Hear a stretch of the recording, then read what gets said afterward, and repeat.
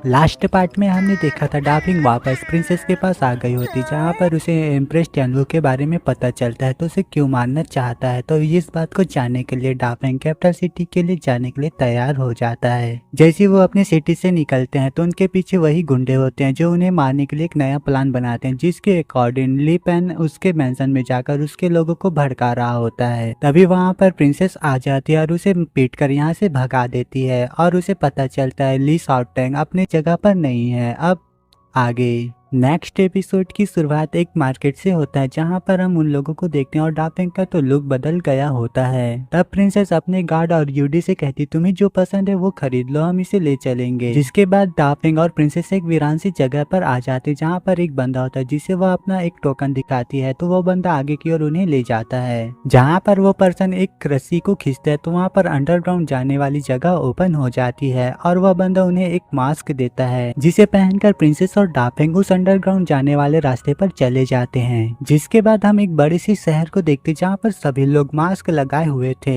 इस सिटी को देखकर डार्लिंग काफी ज्यादा हैरान हुआ होता है, क्योंकि उसने इस तरह की कभी सिटी नहीं देखी होती है। और इस सिटी के बारे में प्रिंसेस डार्लिंग को बताते हैं ये फेंगजाओ सिटी का एक छोटा सा ब्लैक मार्केट है, मगर इससे भी बड़ा ब्लैक मार्केट है कैपिटल सिटी में। हम वहाँ पर पहुँचते हैं तो मैं तुम्हें वहाँ पर ले जाऊंगी, तुम क्या कुछ नहीं कर सकते जब तक तुम्हारे पास पैसा है। जिसके बाद डार्लिंग एक पवेलियन के सामने आकर रुक जाता है तो प्रिंसेस उसके बारे में बताती है ये मास्टर जीजी की नॉलेज पवेलियन है, उन्होंने इस पवेलियन को बनाया है और वो इस ब्लैक मार्केट के काफी इम्पोर्टेंट पर्सन है और वो एक स्पेशलाइज है इंफॉर्मेशन बेचने में। और वो लोग यहाँ से आगे की ओर निकल जाते हैं, जहाँ पर वो लोग एक पर्सन को देखते हैं जो किसी को फेंक रहा होता है क्योंकि उसके पास पैसे नहीं होता। और प्रिंसेस उस जगह के बारे में बताते हैं ये ब्लड ड्रिपिंग असासिन शावर है, ये एक तरह की असासिन ऑर्गेनाइजेशन है। जिसके बाद वो लोग यहाँ से आगे क्यों निकल जाते हैं और एक जगह पर आकर रुक कर कहते ये है हमारी मंजिल ट्रेजर माउंटेन, ये जो है ट्रेजरों से भरा हुआ। फिर उन्हें हम ट्रेजर माउंटेन के अंदर देखते जहाँ पर प्रिंसेस अपने पास एक कॉइन को उछाल देती है, जिसे एक बच्चा तुरंत पकड़ लेता है और उनसे पूछता है क्या मैं जान सकता हूँ कि आप लोग क्या ढूंढ रहे हैं। इस पर प्रिंसेस उस लड़के को बताती है हमें एक हाई लेवल की टेक्निक चाहिए। जिस पर वो लड़का कहता है ये फेंगजाओ सिटी का एक छोटा सा ब्लैक मार्केट है, तो हमारे पास इतनी बड़ी हाई लेवल की टेक्निक नहीं है, पर आपको निराश करने के लिए मैं माफी चाहता हूँ, पर हमारे पास कुछ ऐसी टेक्निक है जो आपको जरूर पसंद आएंगी। इस पर डार्लिंग कुछ सोचकर कहता है मैं मार्शल आर्ट टेक्निक को सीखने में तो जीनियस हूँ, पर मैं दोनों तरह की टेक्निक को ताओइस्ट और मार्शल आर्ट टेक्निक को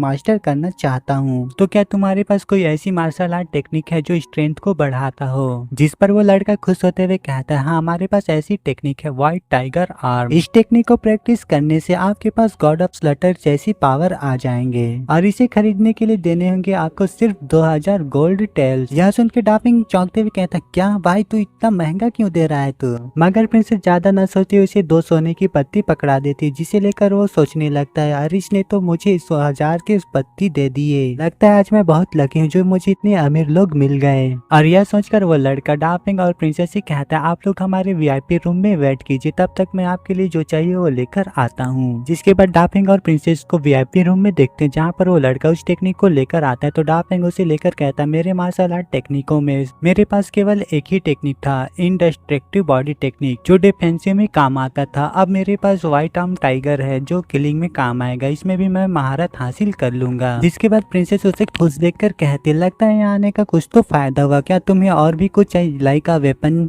यह सुन के डार्लिंग वेपन के बारे में सोचने लगता है, जहाँ पर वो अपने व्हाइट जेट पिलर का यूज करता था, लेकिन अब तो इसे यूज नहीं कर सकता लोगों के सामने। तो डार्लिंग प्रिंसेस से कहता है मुझे अभी भी कुछ भारी चीजें चाहिए लाइक अ स्टिक। यह सुन के वो लड़का खुश होते हुए कहता है हमारे पास एक नाइफ है जिसका वजन 800 पाउंड है। जिस पर डार्लिंग कहता है अरे ये तो बहुत ही हल्का है। इस पर वो लड़का उसे और बताता है कि हमारे पास एक एरो एंड बो है जिसका वजन 3000 पाउंड है, जिसे गोल्डन एरो और सिल्वर बो कहा जाता है। उस लड़के के बताने से ऐसा लग रहा था जैसे कि वो कुछ स्पेशल वेपन हो, जिसके बारे में सुन के डार्लिंग उसे लेने में हिचकिचा रहा होता है, मगर प्रिंसेस उसके लिए खरीदी थी और उस लड़के को 3000 की पत्ती पकड़ा देती है। जिसके बाद वो लड़का उन्हें अपने ट्रेजर हाउस में ले आते, जहाँ पर एक स्पेशल वेपन रखे होते हैं। और वो लड़का उस तीर और धनुष के बारे में बताते हुए कहता है इसका तीर केवल 1000 पाउंड्स का है, इसे हम मोटल्स तो उठा नहीं सकते, इसलिए आपको इसे उठाकर देखना होगा। जिस पर डार्लिंग उसे उठाता है तो मानो उसके लिए कोई वजन ही ना हो। हो, जिसे देखकर वो लड़का तो काफी ज्यादा हैरान हो गया होता है। डाफिंग उस तीर के बारे में कहता है ये तो बहुत ही हल्का है और उस धनुष को उठाकर उसे चलाता है तो उस कमरे में एक पावरफुल वेव रिलीज हो जाता है, जिसे देखकर वो लड़का तो काफी ज्यादा चौंका हुआ होता है और प्रिंसेस उसे कहती है मुझे तुम्हारे क्यूबा माउंटेन के बारे में पता है जो हर शहर के ब्लैक मार्केट में अपना 3 मिलियन बर्ड तलिस्मान बेचते हैं, तो मैं उन्हें उनमें से 2 को सामान्य कीमत पर खरीदना चाहती हूँ। जिस पर वो लड़का तो खुश हो जाता है और अपने साथ ले जाता है। जिसके कुछ देर बाद हम प्रिंसेस को देखते हैं जो उस तलिस्मान को डाफिंग को दे रही होती है, तो डाफिंग उसी मना करते हुए कहता है आप इसे अपने डिफेंस के लिए यूज करना, अगर मैं डेंजर में हूँ तो आप इसका यूज करके मुझे बचा सकती हैं। और एक ब्यूटीफुल लड़की मुझ जैसे हीरो को बचाए तो मुझे तो उससे प्यार ही हो जाएगा। और यह सुन के तो प्रिंसेस खुश हो जाती है और कहती हाँ हाँ ठीक है चलो चलो। जिसके बाद ये वाला पार्ट तो यहीं पर खत्म होता है। तो मिलते हैं नेक्स्ट एपिसोड में।